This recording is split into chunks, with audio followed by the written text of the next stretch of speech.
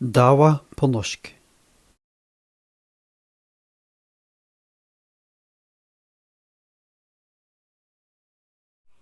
Matematiske mirakler av Koranen. Gjennom hele Koranen, hvis du teller spesifikke ord, vil du komme frem til veldig meningsfull resultat. Jeg vil like å gi dere noen eksempler. For eksempel, hvis du teller ordet straff i den hellige Koranen, gjennom hele Koranen er det repetert 117 ganger. Og hvor ordet tilgi er nevnt 234 ganger gjennom hele Koranen. Hvis du ganger 117 med 2, vil du få 234. 117 ganger 2 er lik 234. Og det er veldig meningsfullt. Hvorfor? Fordi Allah rekommenderer troende. Allah beordrer muslimene om å tilgi, i stedet for å straffe. Videre, Allah beordrer profeten vår om å si, og det er repetert 332 ganger. Og respons dem sa er repetert like så, 332 ganger. Ordet verden og heretter er repetert 115 ganger, like mye. Djevel og engel, disse to ordene er repetert like mye, 88 ganger. Nå, himmel og helvete er repetert like mange ganger, 77 ganger.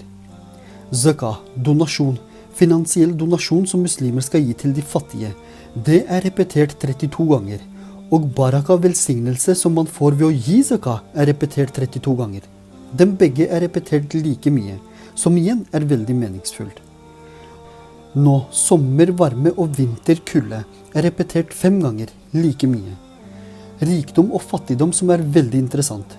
Rikdom er repetert 26 ganger, som er halvdel av det fattigdom er repetert, 13 ganger. Kvinne og mann, dem er nevnt like mange ganger, 23 ganger. Vel, vet du hva disse tallene representerer? Hvis dere ikke har noe anelse, så la meg minne dere på om nummeret på kromosomet til et menneske. Kromosomene hos mennesket er lange lineære kromosomer plassert i cellekjernen. Cellene inneholder 23 kromosompar. Totalt 46 kromosomer i hver celle. I menneskets kjønnsceller er det kun 23 enkle kromosomer. Menn og kvinner har 22 kromosompar til felles. Mens det siste paret er kjønnskromosomene. Så fra en mann er det 23 kromosomer og kvinne 23 kromosomer, som igjen er nevnt like mange ganger som Allah har nevnt mann og kvinne i Koranen.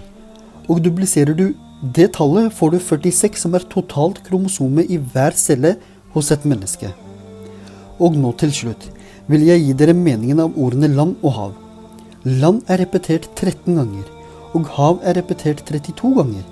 Ved et første blikk virker det sikkert ikke så interessant, men hvis du gjør et simpelt regnestykke ved å multiplisere 13 ganger med 32 ganger, får du 45. Og prosenten som du får hvis du deler 13 delt på 45 er lik 28,888%, og 32 delt på 45 er lik 71,111%. Har du noe anelse om hva disse prosentene representerer? Vel, jeg kan fortelle deg. Hvor mye land dekker jordklodens overflate? Den dekker hele 28,888% av hele jordkloden. Og havet dekker hele 71,111% av jordas overflate. Disse repeterte tallene viser at Koranen kan ikke være fra noen andre enn han som har skapt alt dette, Allah. Dette er Allahs ord og definitivt ikke et menneskes ord. Med dette så takker jeg for meg inntil videre. Wakhiru dawan alhamdulillahi rabbil alamin. All lovsanger og takk til Allah, universets herre. Amin. Ya rabbul alamin.